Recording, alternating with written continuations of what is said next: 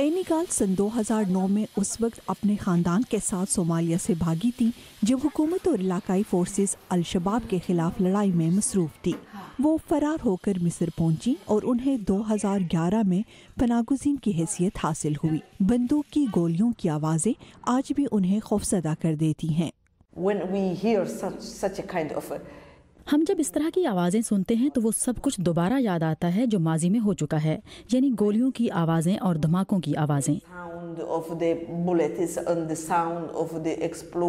मिस्र में पनागुज़ीनों के आलमी इदारे UNHCR ने जितने भी पनागुज़ीन और मुहाजिरीन की रजिस्ट्रेशन की है, इनमें से 1/3 का ताल्लुक अफ्रीकी ममालिक से है। सन 2014 से एक मिस्री आर्टिस्ट जॉन मिलाद पनागुज़ीनों को नफ्सियाती मदद फराहम कर रहे हैं। वो और उनकी टीम NGOs के साथ मिलकर पनागुज़ीनों के लिए डांस क्लासेस और थिएटर वर्कशॉप्स का एहतमाम करते हैं।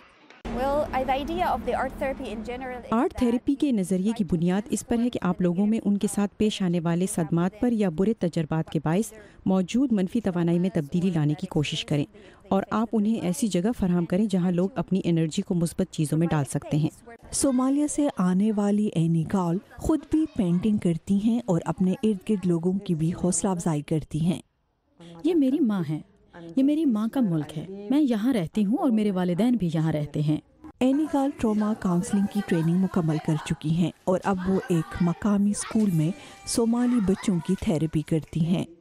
ये बच्चे तस्वीरों के जरिए बताते हैं कि वो क्या बनना चाहते हैं और वो माजी के तजर्बात को भी तस्वीरों में डालते हैं। ये एक महफूज जन्नत है जहाँ बच्चे अपनी बेचैनी का इजहार करते हैं और गुजरे हुए वाक़यात को बर्दाश्त करने और बुलाने की कुव्वत हासिल करते हैं। सोफिया क्रिस्टिनसन के साथ शहनाज नफीस, उर्दू VOA।